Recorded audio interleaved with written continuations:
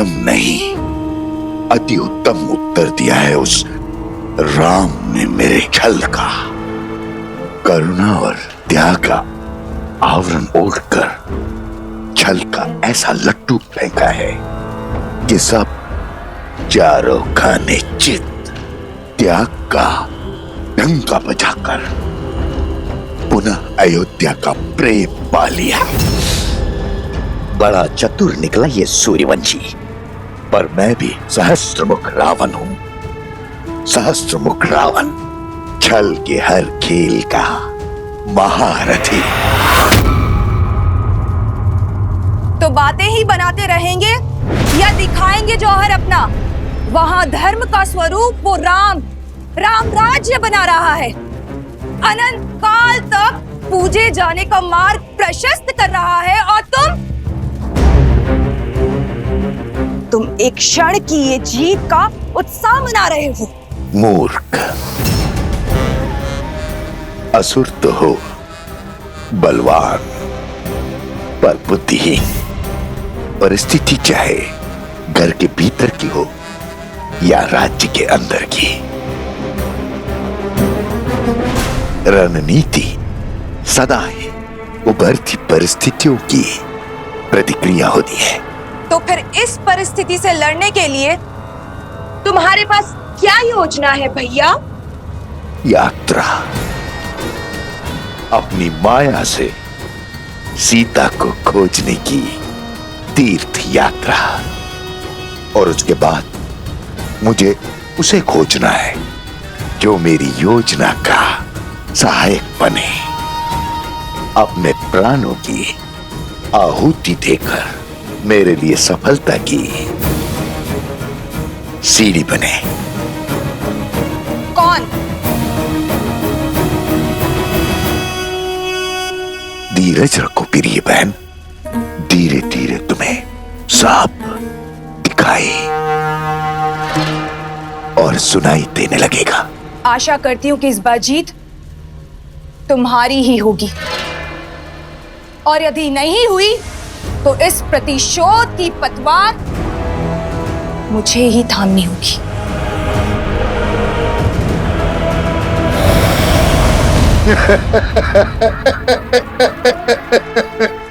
भावुक हो गई प्रिय बहन, भावुक हो गई।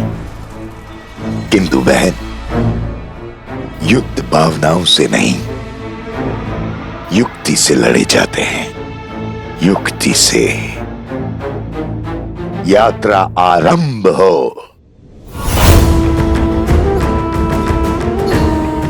वो यात्रा जो सीता तक जाकर पूरी होगी।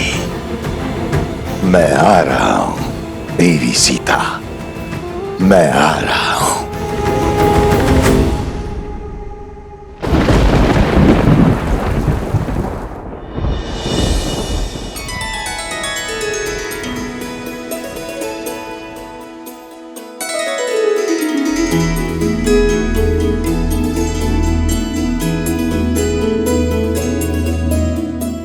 कह नहीं सकते, किंतु अपनी माता की हर बात अवश्य सुनते हो तुम दोनों, है ना? तो चलो, आज तुम्हें अपने प्रभु की लीला सुनाती हूँ। राजा राम से तुम्हारा परिचय करवाती हूँ। वो राजा राम जिनकी भुजाओं में जितना बल है, उससे अधिक प्रेम उनके हृदय में है। अपनी प्रजा को अपने परिवार से ऊपर रखने वाले शासक हैं। और स्मरण रहे, पथ चाहे कितना भी कठिन क्यों ना हो, यदि उनके दिखाए धर्म पथ पर चलोगे तो सदा हल पाओगे।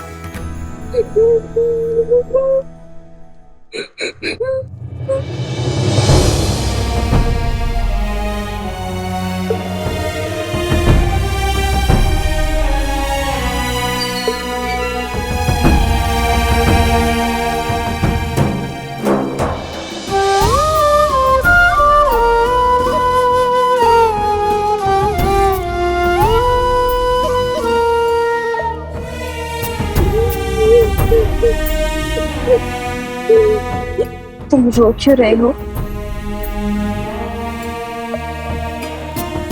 इस सुंदर मुख पर मुस्कान कैसे आएगी? आप भुवन देवी है ना? देवी अर्थात ईश्वर। आपके पास तो अथाह शक्तियां होंगी। क्या आप मेरी माता को ला सकती हैं?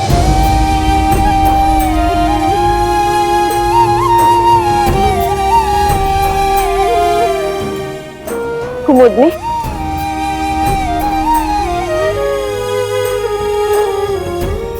ये बालक कौन है और इसकी माता को क्या हुआ? वो शांडिल्य है। 2 वर्ष पहले एक दिन उसकी माता वन में गई और फिर कभी नहीं लौटी। वो तब से अपनी माता की प्रतीक्षा कर रहा है। वो नहीं जानता कि उसकी माता को लवणासुर राक्षस ने खा लिया है। अब वो कभी नहीं लौटेंगी। लवणासुर?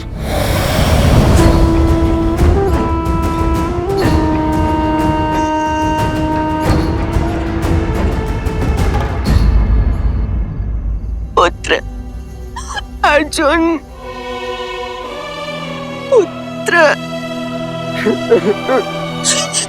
पुत्र अर्जुन, तुम कहीं नहीं जाओगे। सुना तुमने? तुम कहीं नहीं जाओगे। क्षमा करना बहन, मैं विवश हूँ। हर अमावस्या को हमारे गांव से उस दुष्ट लवणासुर को किसी की बलि देनी पड़ती। इस बार तुम्हारे घर की बारी। इकलौता पुत्र है मेरा, इसका बलिदान कैसे दे दूं? इसकी मृत्यु से मेरा पूरा वंश नष्ट हो जाएगा। मुखिया जी, कुछ तो कीजिए। कुछ नहीं हो सकता आर्या, फिर भी तुम कहते हो तो मैं प्रयास करता हूं। कोई है? अरे है कोई जो पुत्र अर्जुन के स्थान पर अपना बलिदान देने को सज्ज हो?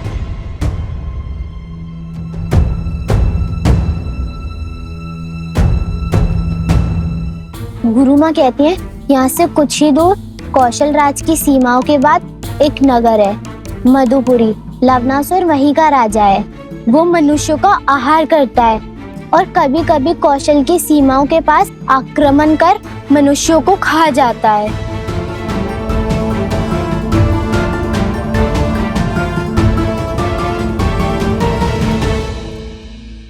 तुम मेरी एक सहायता करोगी? देखा, मैंने कहा था। चलो पुत्र, और कोई उपाय नहीं।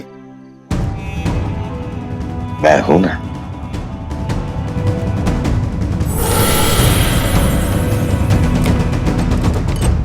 रुक जाओ।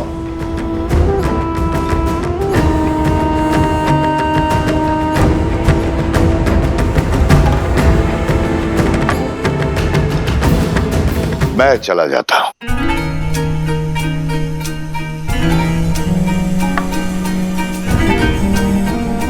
तीर्थ यात्रा पर जा रहा, मुक्ति पाने। अच्छा अवसर प्राप्त हुआ है। मुझे जीवन से कोई मोह नहीं है। मैं सच्ची हूं। प्राणों की आहुति तो देनी पड़ेगी। धन्य हैं आप। आप जैसे महापुरुष कहाँ मिलते हैं संसार में। आपका बहुत बहुत धन्यवाद। आओ मित्र।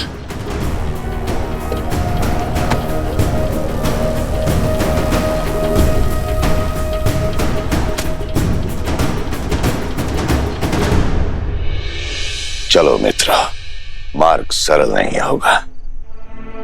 अंत तक पहुंचना है। सिया राम के।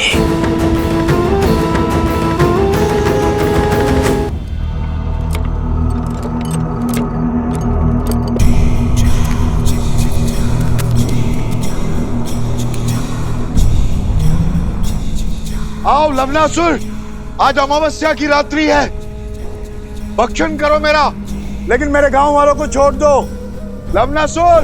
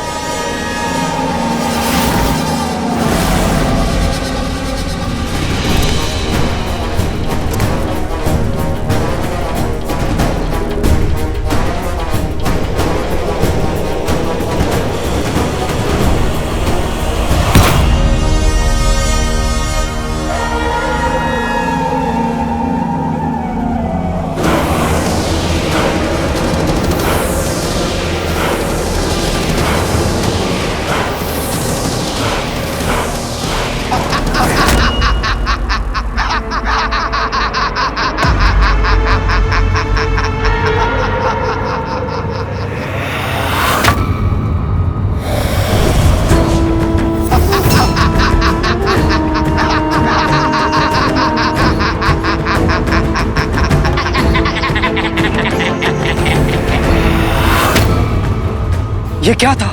सहस्त्रमुख रावण। सहस्त्रमुख? तुम्हारे पास खाने के लिए एक मुख है, मेरे पास सहस्त्र। सहस्त्रमुख रावण तुम्हारा मामा। मामा? तुम्हारे पिता के प्रति मेरा आदर मुझे तुम्हारे पास खींच लाया।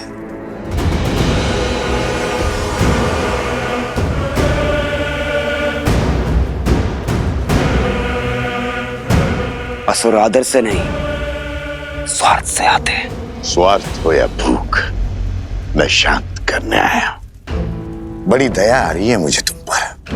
महान असुर मधु राक्षस के पुत्र होकर ऐसी दीनता। अपने पिता की दी हुई सौगात इस मधुपुरी राज्य में ही संतुष्ट हो। छोटे मोटे कीड़े मकोड़े जैसे मनुष्यों को खाकर जी रहे, शर्म नहीं आती? स्वार्थ आज भूख का बहाना बन के आया है। यदि मेरे मामा ना होते तो अभी अपनी भूख को शांत कर देता और आपके साथ खेल में नहीं उलझता। मैं उलझाने नहीं, उत्साह बढ़ाने आया हूं। प्रतिशोध का उत्साह बढ़ाने। लंकेश की मृत्यु का प्रतिशोध लेने आया हूं मैं उस राम से। उस राम से जिसने राक्षसों की गरिमा और सम्मान का अंत किया है। लंका से लंकेश और राक्षसों से रावण को छीना है।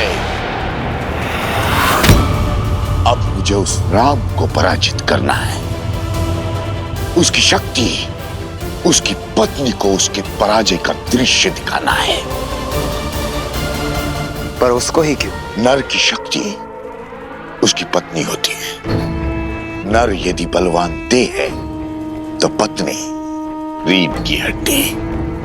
बिना रीढ़ की हड्डी के बलवान देह का कोई महत्व नहीं। इसलिए हमें वार देह पर नहीं, रीढ़ की हड्डी पर करना होगा। सुना है कि सीता साक्षात लक्ष्मी का अवतार है, किंतु है तो मानव, निर्बल।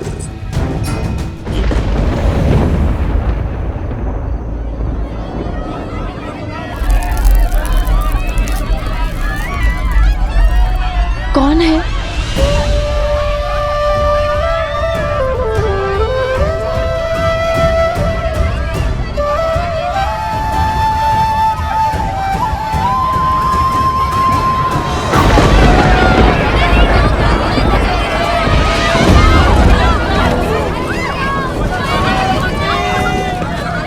हमारी सहायता कीजिए, हमारे घर जल रहे हैं। यहाँ पे शरण लीजिए।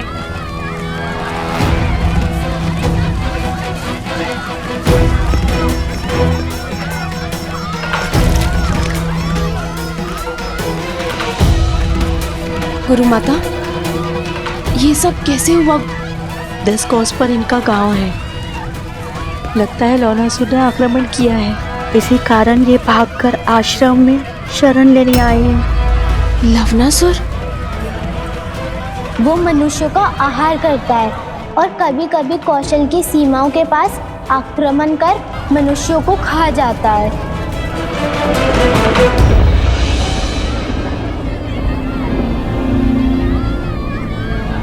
श्री राम। सीते!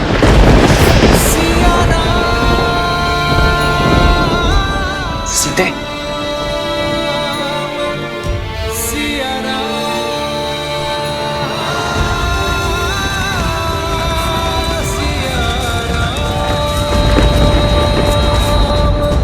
महाराज की जय। अभी अभी सूचना मिली कि वन में लवणासुर ने ऋषियों और आश्रमों पर आक्रमण कर दिया है।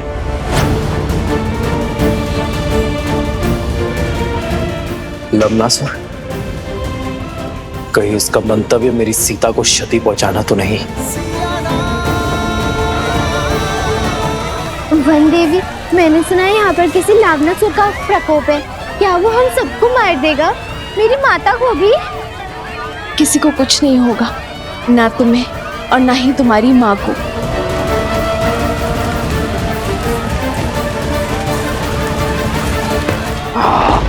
किसी को नहीं छोड़ूंगा, सबको मार डालूंगा।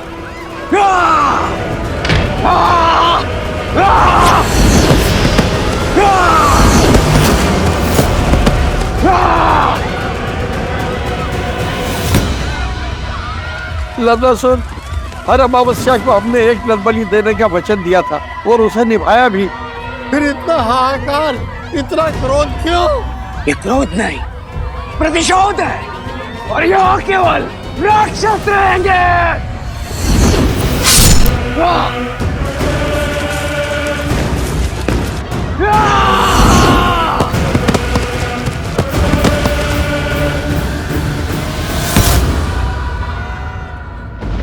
बहुत बड़ा विघ्न आ पड़ा है श्री राम। इस क्षेत्र को लवणासुर के प्रकोप से बचाइए। ये समस्त विश्व आपका राज्य है आर्य, आपकी प्रजा है आर्य।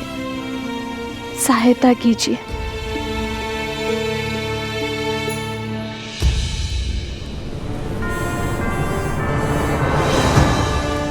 उत्तर की ओर यहां मधुपुरी नाम की एक नगरी है।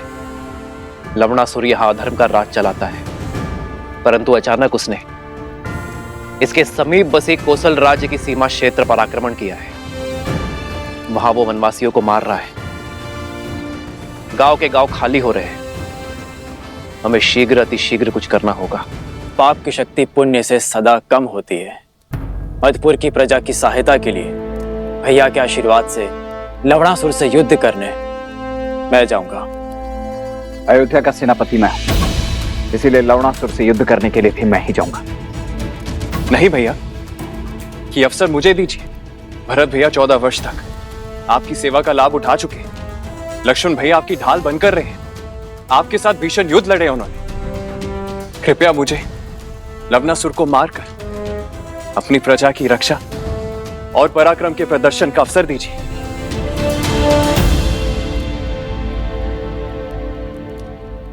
ठीक है शत्रुघ्न।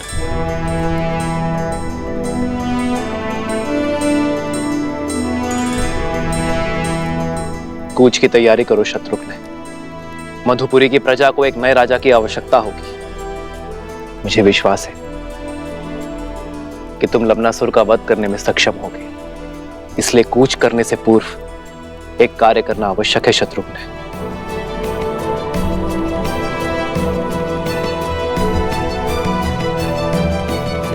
तुम्हें कुटिया में ही विश्राम करना चाहिए। ऐसी अवस्था में तुम्हारा बाहर आना उचित नहीं है। कैसे रुकती गुरु माता? केवल अपने बारे में ही नहीं, समाज और संसार के बारे में भी तो सोचना है। भगवान वाल्मीकि के आदेश अनुसार भारद्वाज ऋषि यज्ञ आरंभ करेंगे लवणासुर की शक्तियों को कम करने। हाँ गुरु माता, तपस्वियों का कर्तव्य है यज्ञ और प्रार्थना करना।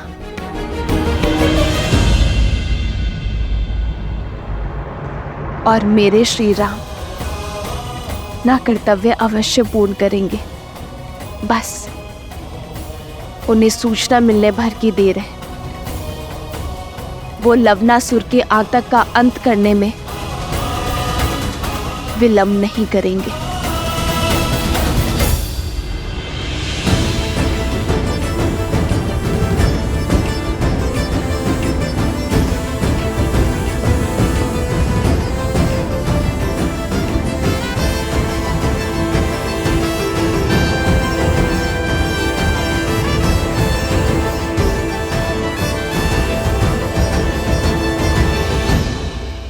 आज से शत्रुघ्न मधु राज्य का राजा है।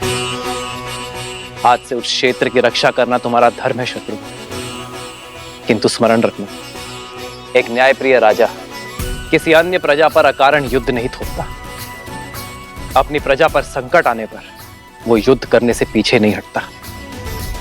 मधुपुरी महाराज शत्रुघ्न की, मधुपुरी महाराज शत्रुघ्न की। शत्रुघ्न, मधुपुरी क्षेत्र की स्थापना लवणासुर के पिता मधुराक्षस ने की थी। उसके तप से प्रसन्न होकर महादेव ने उसे अपनी त्रिशूल से भी अधिक शक्तिशाली त्रिशूल वरदान में दिया था। उसकी मृत्यु के बाद मधु राक्षस ने यही त्रिशूल अपने पुत्र लवणासुर को दिया। उस त्रिशूल की शक्ति से लवणासुर ने तीनों लोकों में हाहाकार मचाया। उसकी प्रजा उससे अत्यंत भयभीत है शत्रुघ्न।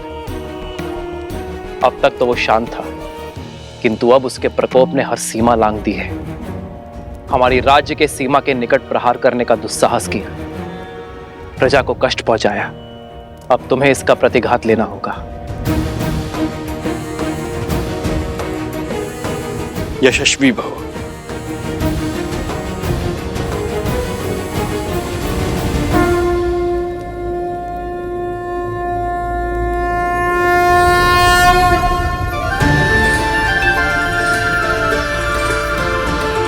यह अस्त्र मुझे ऋषि अगस्त्य ने दिया था।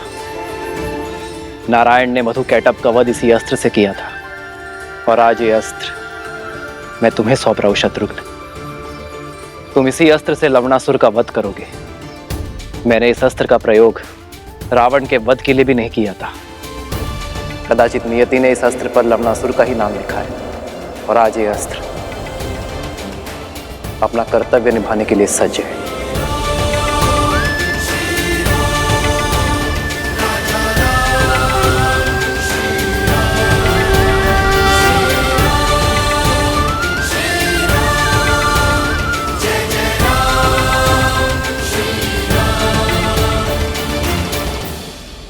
विजयी भव।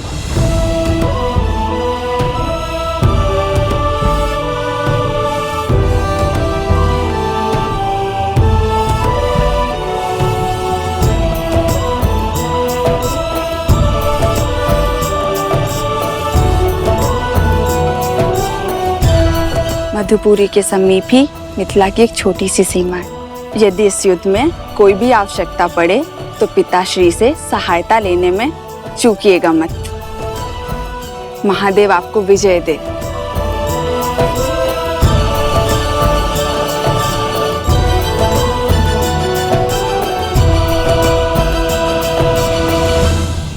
भगवान वाल्मीकि का आदेश है, सभी आश्रम जनों को अनुष्ठान में बैठ मंत्रोच्चार करना है। ओम शांति शांति स्वाहा। चोंदनम धनम भूसेरज्ञान कैगय्याल पुत्री मादा वायुद्रोल माला जगत्शाललो। ओम तोन्बुल्ली विगतुम मिशिग सौ स्वाहा। ओम तोन्बुल्ली सुर सुर वन देवी, तुम ठीक हो? लगता है प्रसव की पीड़ा आरंभ हो गई है। इन्हें कुटिया में जल्दी ले जाने का प्रबंध करो। श्री राम,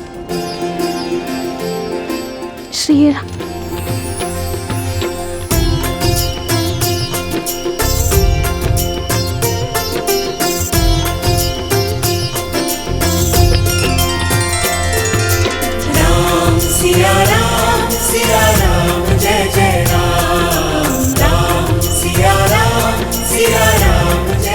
ये कैसा संकेत है? मेरी सीता ठीक तो है? मुझे मेरे आराध्य की मूर्ति दे दीजिए।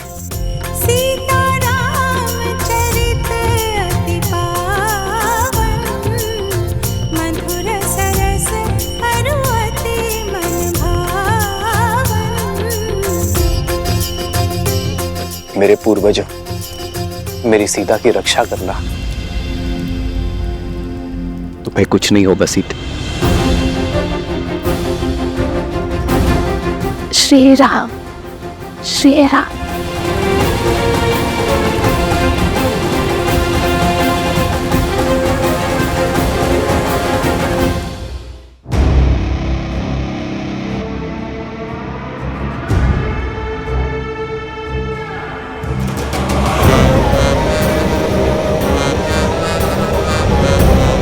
सीमा तो सुरक्षित है आश्रमवासियों।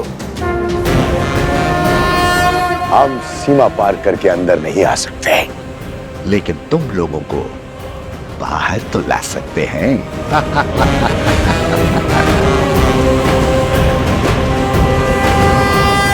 हम आश्रम में इतना धुआं भर देंगे कि तुम्हें बचने के लिए बाहर आना ही होगा।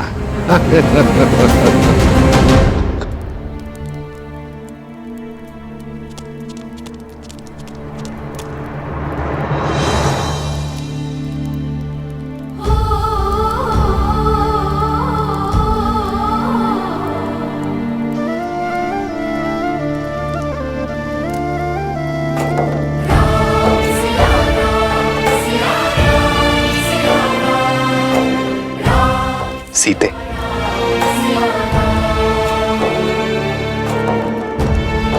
प्रतीत होता है हमारे वंशज के जन्म लेने की शुभ घड़ी आ गई है। श्री राम। हे महादेव, सीता पर, मेरी होने वाली संतान पर अपनी कृपा दृष्टि बनाए रखना।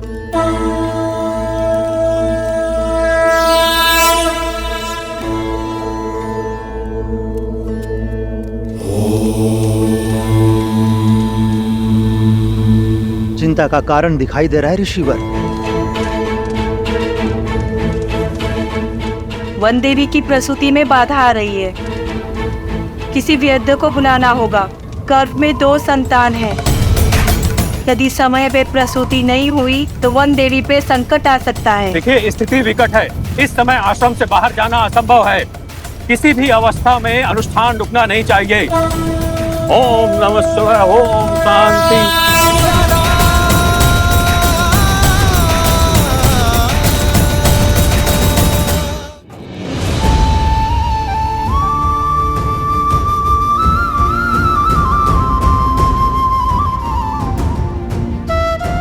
श्री राम।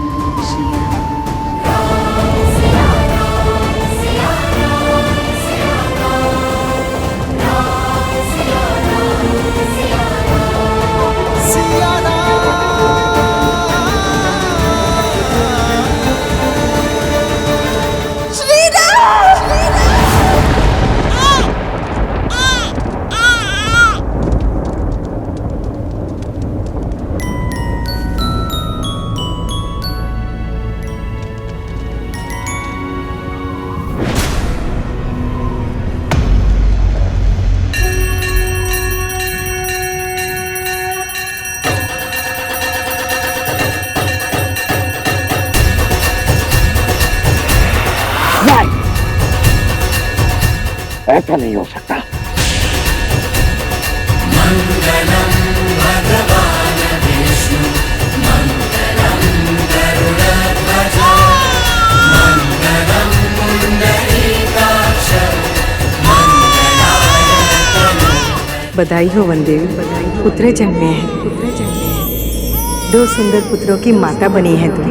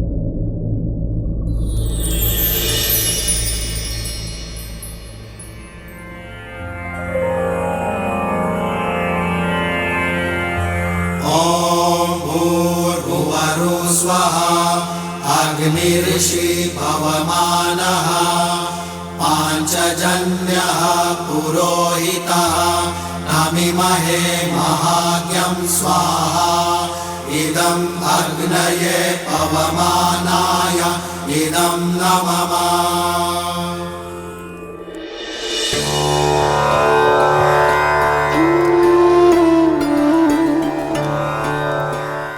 ये मेरे संतानों का सौभाग्य है कि इन्हें यहाँ आपके आश्रम में ज्ञान और सदाचार के इस भूमि में इन्हें जन्म लेने का अवसर मिला। छत्र छाया का आशीष तो आपने दे दिया, अब इनका नामकरण भी कर दीजिए।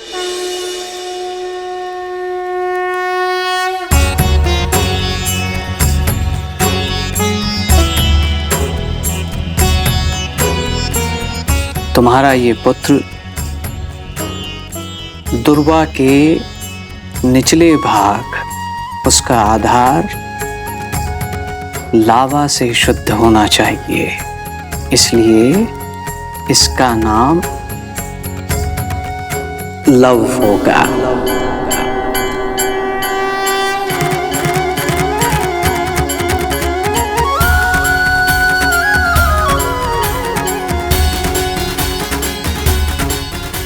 और ये दुर्वा के ऊपरी भाग कुश और मंत्रों के जाप से शुद्धि पाएगा, इसलिए ये कुश कहलाएगा।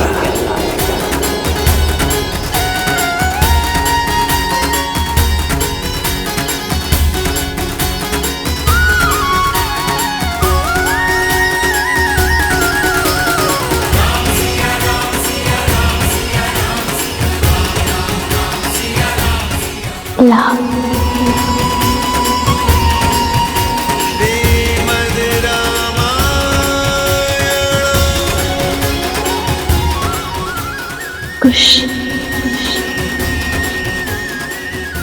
लव कुश।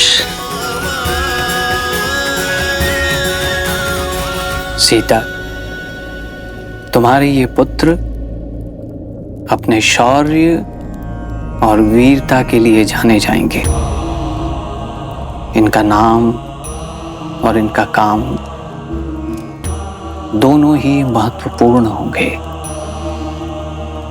और ये ही तुम्हें तुम्हारे आराध्य, तुम्हारे पति से तुम्हें पुनः मिलवाएंगे। अपने कुल की गरिमा और धर्म को ये आगे बढ़ाएंगे। तुम्हारा त्याग और इनका साहस धर्म के राज्य का आधार होगा।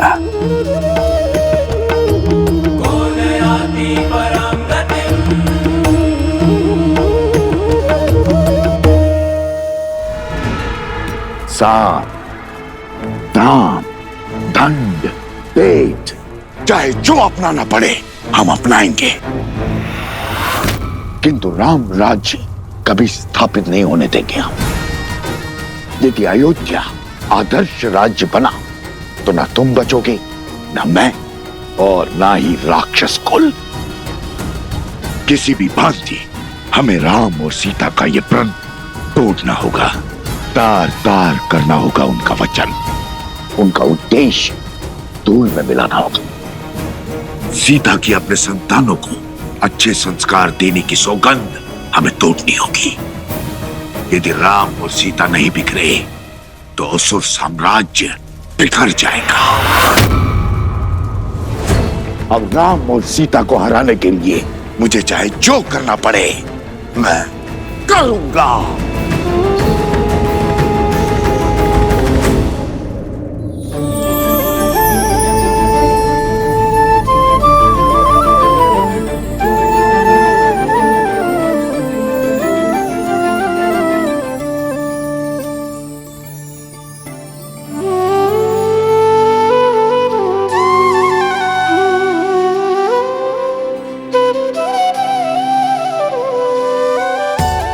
श्री राम, जैसे ये बाल घुटी के अलग अलग घातक एक साथ मिलकर बच्चे को शक्ति और विकास प्रदान करती है,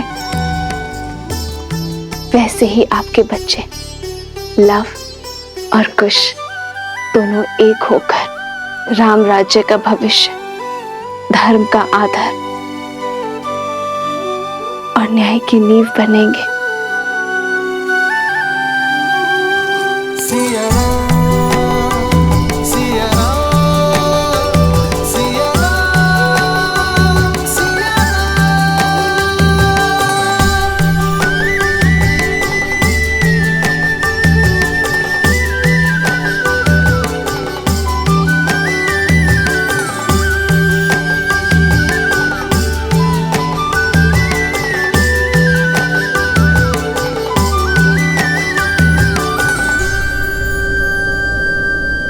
तू आज से केवल माता ही नहीं,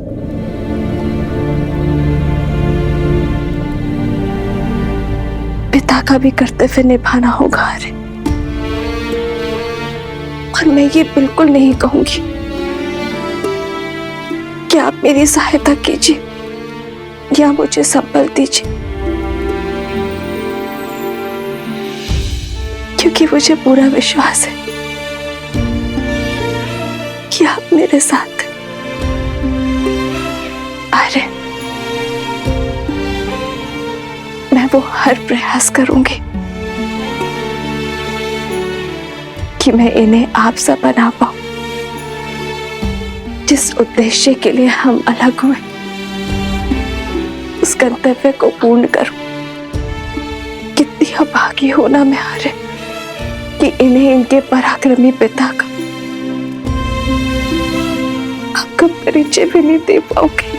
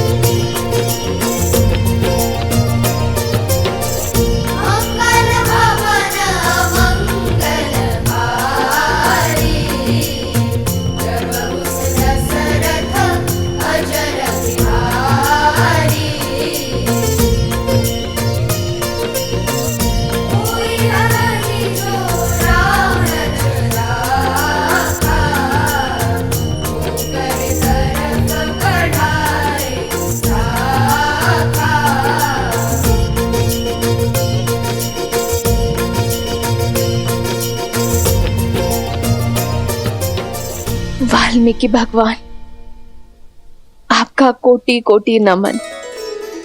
आपने मेरी दुविधा हर ली और साथ ही मुझे दिशा भी दिखाई। श्री राम नहीं तो राम कथा से उनका परिचय करवाऊंगी, उन्हें अपने पिता सा समान सामर्थ्यवान बनाऊंगी। आश्रम की ओर सावधानी से चलिए। जो धुआं दिखा था अवश्य किसी संकट का चिन्ह है। यदि कोई भी राक्षस या घातक जीव दिखे तो उससे हमें आश्रम की सुरक्षा करनी होगी। जी महाराज।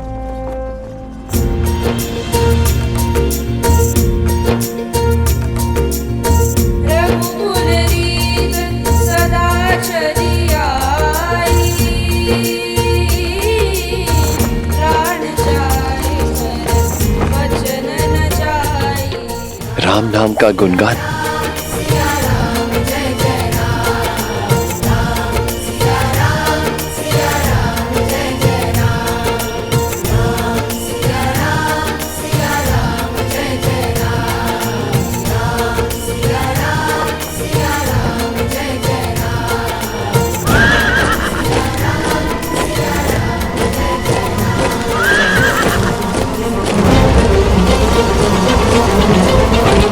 लगता है अवश्य आक्रमण होने वाला है। चुपचाप बिना किसी ध्वनि के अलग अलग दिशाओं में छुप जाओ। अचानक से ये गायन क्यों रुक गया? छोटी छोटी टुकड़ियां अलग अलग दिशा में जाकर आश्रम की रक्षा के लिए तैयार रहो। ऐसी जगह देखना जो आश्रम के निकट हो और आश्रम को चारों ओर से सुरक्षित कर सके। मेरे संकेत की प्रतीक्षा करना।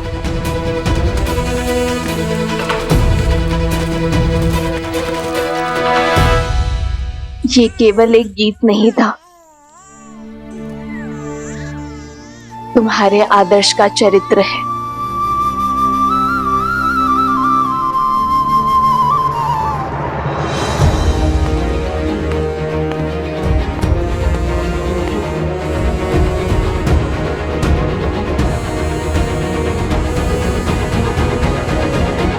लगता है आक्रमण किया गया है।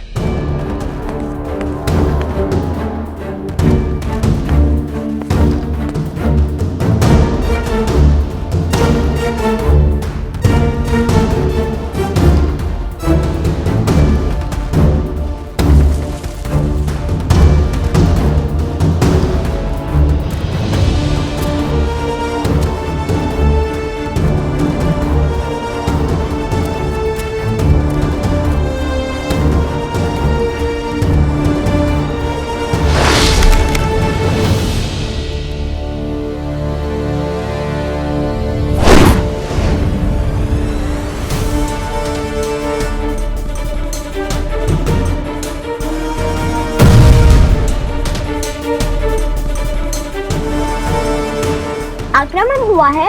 अवश्य कोई मायावी आया है जो आश्रम पर आक्रमण कर वन देवी को लेने आया है। आप सब घबराइए मत, मैं तो यहाँ आपके गाने के बोल सुनकर आया हूँ। भागो, असुर है, भागो, मायावी आया है।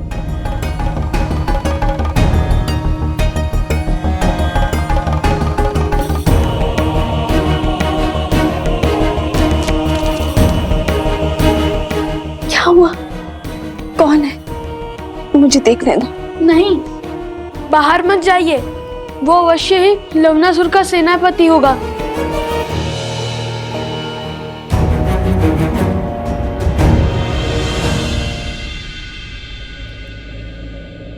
जिसके मुख पर श्री राम के नाम का गुणगान हो,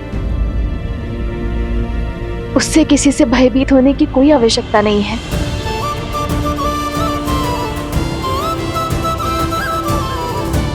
भाभी माँ, कौन है आप भद्र? आश्रम में शस्त्र के साथ प्रवेश करने का कारण? मुझे लगा कोई दुष्ट ने आप पर आक्रमण किया है ऋषिवर। ये शस्त्र आपकी सुरक्षा के लिए ऋषिवर। मैं अयोध्या के महाराज श्री राम का छोटा भाई शत्रुघ्न हूं।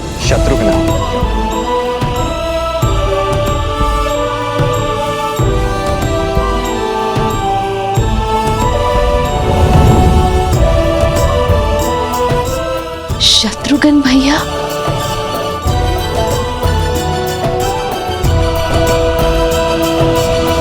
मैं यहाँ भगवान वाल्मीकि से आशीर्वाद लेने आया हूं। महाराज श्री राम की आज्ञा से लवणासुर का अंत करने निकला हूं। आइए आइए, आप मेरे साथ आइए। आइए।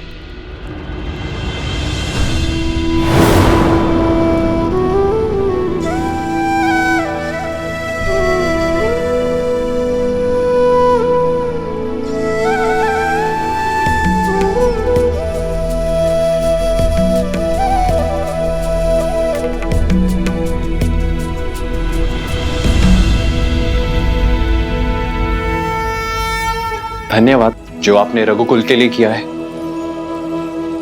उसका संसार आपका सदा आभारी रहेगा। आशीर्वाद दीजिए मेरा लक्ष्य पूर्ण हो। शत्रुघ्न, तुम लवणासुर से लड़ोगे भी और उसका अंत भी करोगे। तुम्हारे पास राम का अस्त्र जो है, किंतु पुत्र, बीते हुए कल का भार और आने वाले कल की चिंता भुजाओं को झुका देती है। इसलिए तुम अपना धर्म निभाओ और निश्चिंत रहो, क्योंकि रघुकुल का भविष्य अति सुंदर है।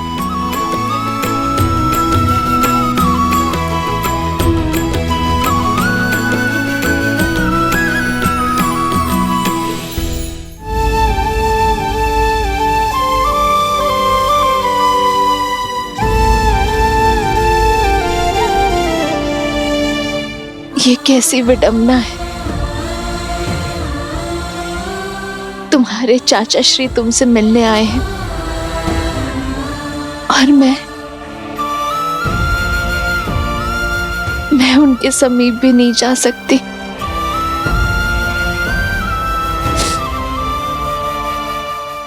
मेरा हृदय तो ये सोच सोच कर बैठा जा रहा है कि मैं कैसे रघुवंश के भविष्य को एक रघुवंश के आशीर्वाद से दूर रखूं।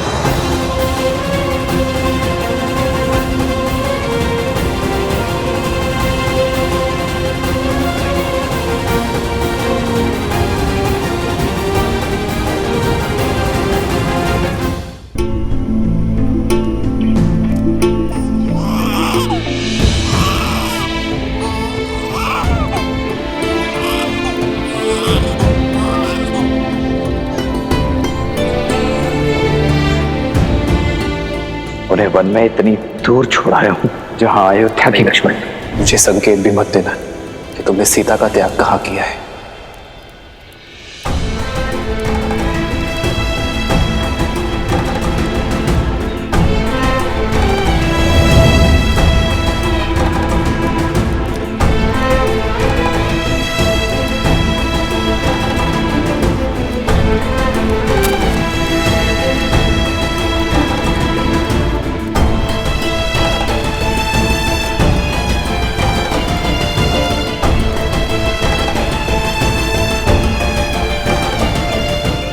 आशीर्वाद दीजिए भाभी माँ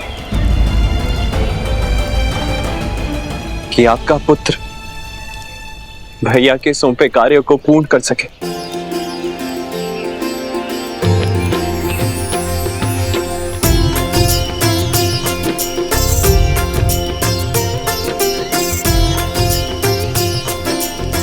शत्रुघ्न भैया होई सोई जो राम रचि राखा, को करी तरक बढ़ावे साखा।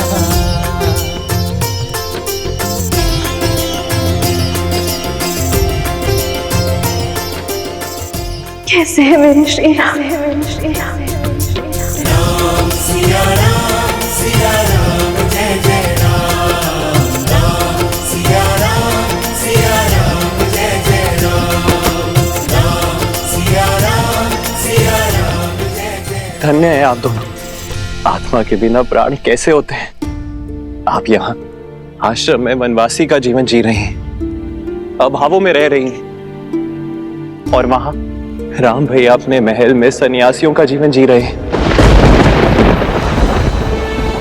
दिन भर प्रजा और परिवार के कार्यभार संभालते हैं और फिर अपने कक्ष में आकर वल्कल लपेट लेते हैं। राजसी भोजन त्याग कर फल आदि का सेवन करते हैं।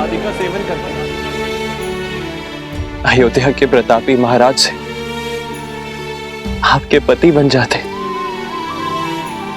कोई कुछ कहता नहीं है भाभी माँ, किंतु सब जानते हैं कि भैया का केवल तन वहां है, उनकी आत्मा यहां आपके साथ है। आपकी पीड़ा उनके त्याग में झलकती है। राम सिया राम सिया राम सिया राम। प्रेम और समर्पण की पराकाष्ठा है मेरे श्री राम। प्रेम के बिना समर्पण असंभव है भाभी माँ। ये त्याग तभी हो पाया क्योंकि आप दोनों का प्रेम असीमित है।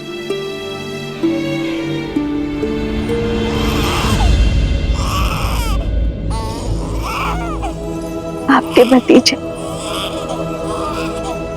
लव और खुश।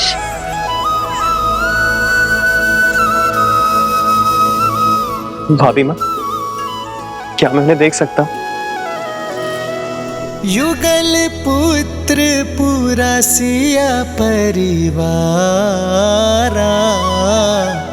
प्रबल आनंद शत्रुघ्न जो पारा।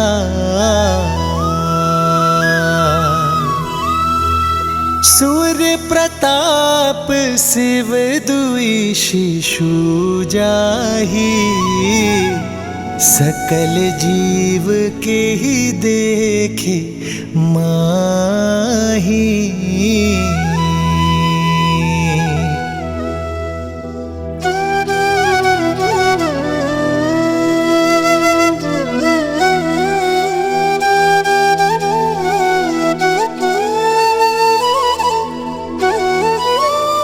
अब आज्ञा दीजिए भाभी माँ। रुकिए भैया, सूर्यवंश के इन सूर्य का तेज अयोध्या तक नहीं पहुंचना चाहिए। आप किसी से कुछ नहीं कहेंगे भैया।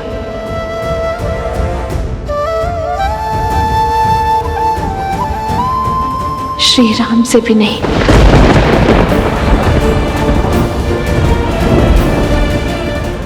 क्यों भाभी माँ?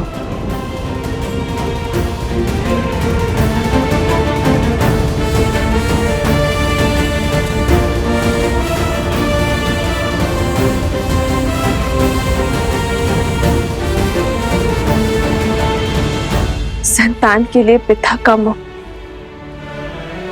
वो घातक शस्त्र है शत्रुघ्न।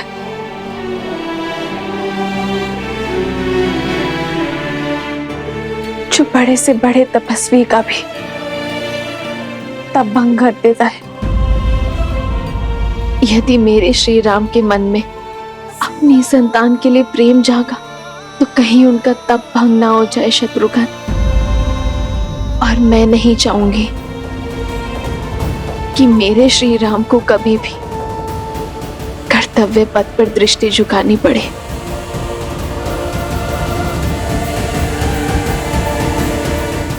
आपके आदेश का पालन किया जाएगा भाभी माँ। अब मुझे आज्ञा दीजिए। तेरी जय जयकार, सिया राम की जय जयकार।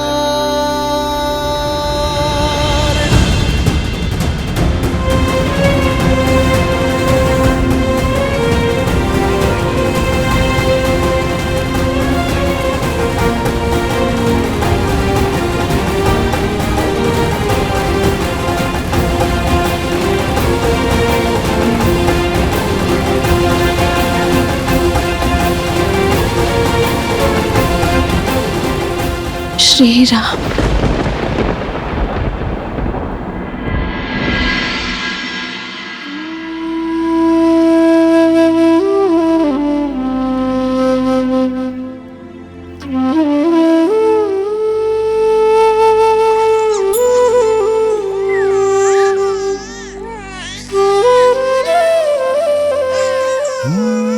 मंगल भवन अमंगल हारी, ध्रुव सुदस। राम भैया अपने महल में सन्यासियों का जीवन जी रहे हैं।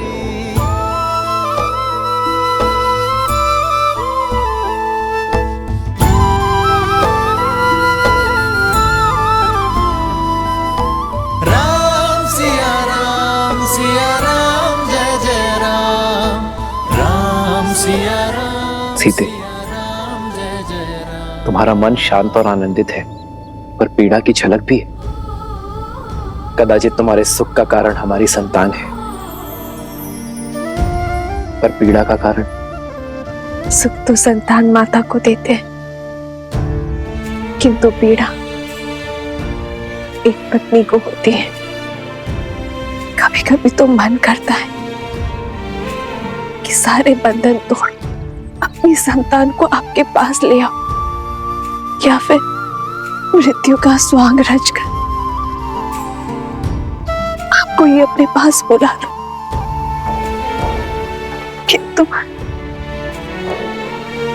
किंतु तुम जनक की पुत्री हो, राम की अर्धांगिनी हो, रघुकुल की पुत्र वधू हो।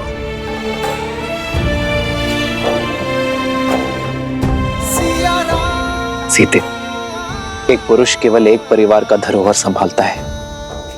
एक स्त्री के कंधों पर दोनों परिवारों की पवित्रता का भार होता है। भार तो ये भी है आर्य कि मेरे पुत्रों को कभी पिता का छत्र छाया नहीं मिलेगा, और पति को पुत्र सुख। कहीं मैं इस भार तले ना दब जाऊं आर्य।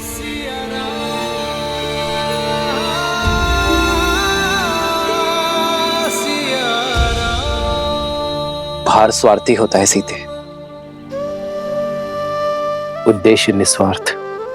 ये लड़ाई केवल हमारी संतानों के लिए नहीं है, समाज के लिए है,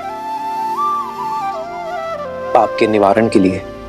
पाप पुण्य की एक गाथा ने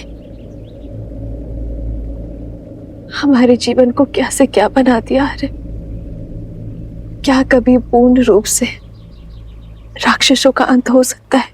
राक्षस होना परंपरा नहीं है सीते, प्रवृत्ति है। दुर्गुणों और लालसा से भरा हर मन राक्षस होता है। यदि ऐसा ना होता तो ना ही मधु ऋषि के घर लवनासुर जन्म लेता और ना ही रावण का भाई विभीषण होता। जैसे जैसे समाज में विद्या, आस्था और संतोष की वृद्धि होगी, वैसे वैसे ये राक्षसी प्रवृत्ति पाताल में गिरती चली जाएगी। समस्त कौशल राष्ट्र शुद्ध हो जाएगा, तब ये नियति हमें पुनः अवश्य मिलवाएगी।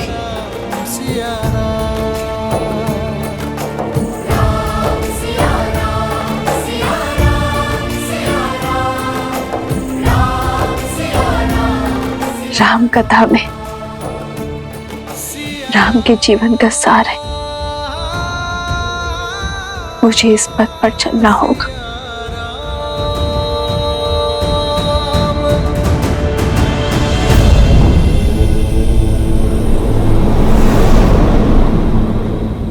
माता सीता अगर अयोध्या में होती तो लव और कुश का लालन पालन उनके लिए कितना सरल होता ना। अब यहाँ आश्रम में अयोध्या की महारानी को शरण लेनी पड़ी है। पुत्र गणेश, इस संसार में हर स्थिति का महत्व होता है। देवी सीता की इस स्थिति का महत्व है अपने पुत्रों को सुसंस्कार देना और लोक अपवाद से उनकी सुरक्षा करना। गणेश, जैसे तुम्हारी माता आदि शक्ति संसार की कारण शक्ति है, देवी सरस्वती संसार की ज्ञान शक्ति है, वैसे ही देवी लक्ष्मी संसार की पालन शक्ति है। अब तुम ही सोचो, जो समस्त संसार का लालन पालन करती हैं, जब वो इन विषम परिस्थितियों में मानव अवतार में सीता के रूप में अकेले अपने दोनों पुत्रों का लालन पालन करेंगे, तो उनके दोनों पुत्र कैसे प्रखर होकर निखरेंगे।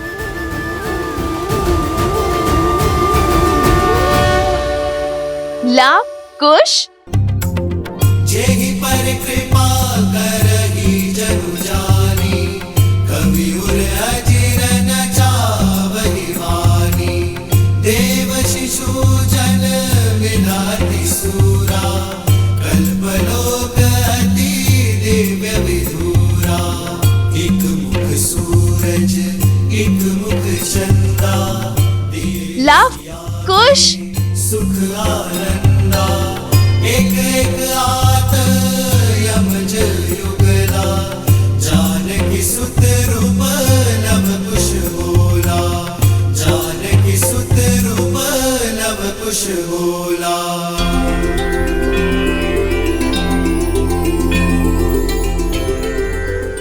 लव और कुश ने सभी वेदों को बालपन में ही कंठस्थ कर लिया था, परंतु एक और वेद भी था जिसे उन्होंने भली भांति कंठस्थ किया, और वो था मर्यादा पुरुषोत्तम श्री राम की जीवन कथा।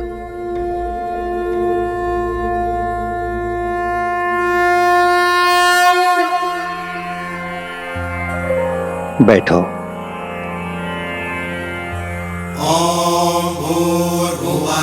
स्वाहा अग्निर्षि पवमानः पाञ्चजन्यः पुरोहितः नमिमहे महाज्ञं स्वाहा इदम् अग्नये पवमानाय इदं नमः।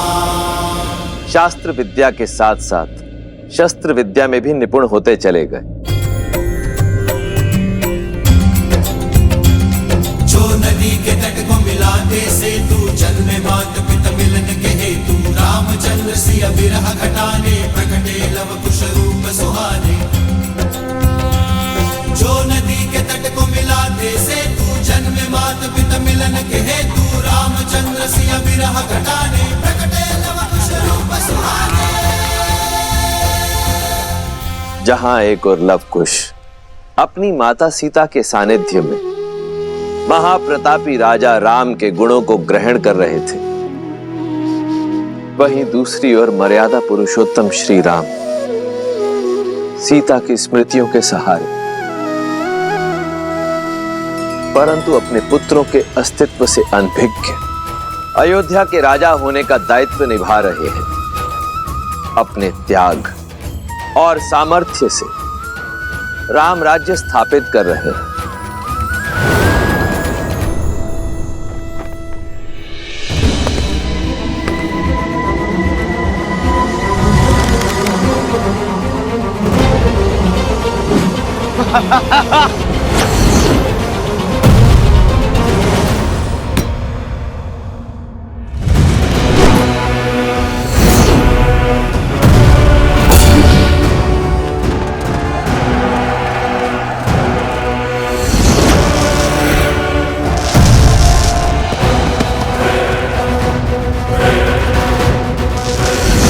वहां शत्रुघ्न और लवणासुर का युद्ध वर्षों तक चला।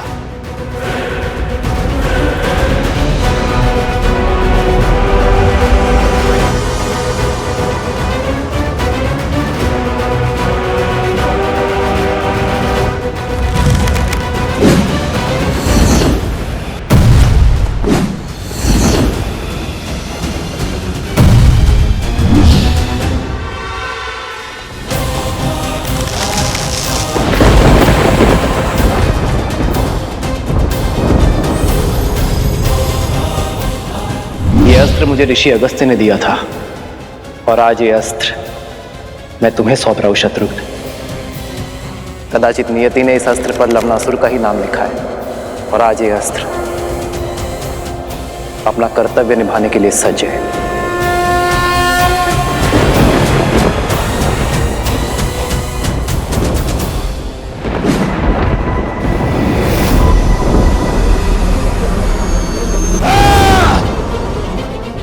नारायण के अस्त्र और मेरे अस्त्र की भिड़ंत से इस संसार को सर्वनाश से बचाने के लिए मैंने अपना अस्त्र लौटा लिया।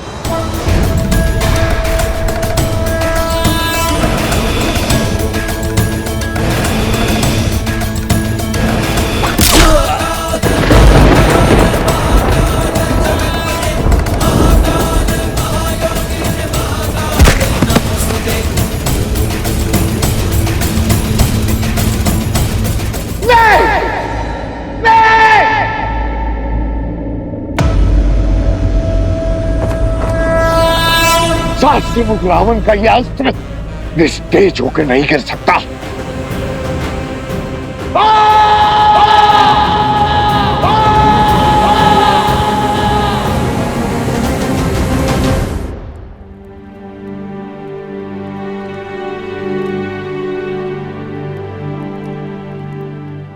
प्रेम समर्पण करुणा ज्ञान से है भरा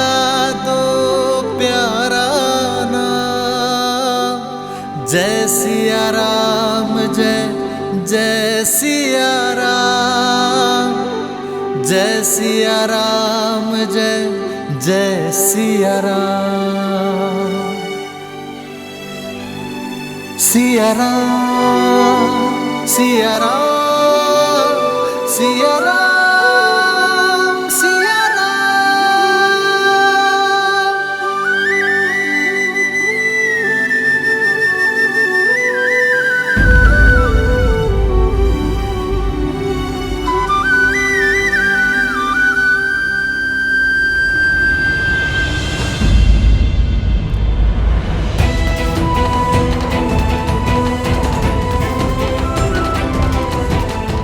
जाओ लक्ष्मण।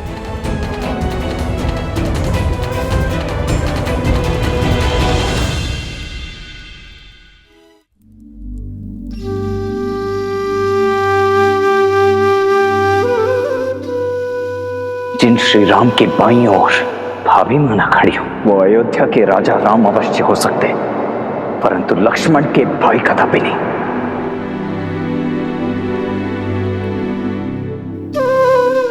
बोलो लक्ष्मण, यदि मन की बात मन में ही रह जाए तो पीड़ा अधिक होती है। अपनी पीड़ा को तो अपना क्रोध बनाकर आप पर उड़ेल दिया है मैंने। आपसे विद्रोह किया, आपसे दूर रहा, परंतु आपने अभिमा से विरह और मेरे क्रोध की पीड़ा को सदैव सहन किया। आज भी कर रहे हैं। सीता से विरह तो तब होगी ना जब हम मन से दूर हो जाएंगे। सीता मेरी श्वास है लक्ष्मण, और श्वास मृत्यु के बाद ही दूर होगी शरीर से।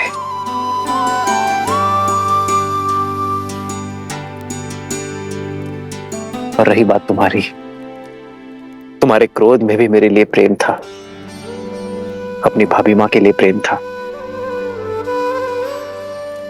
और प्रेम कभी अनुचित नहीं होता लक्ष्मण। मुझे क्षमा कर दीजिए भैया।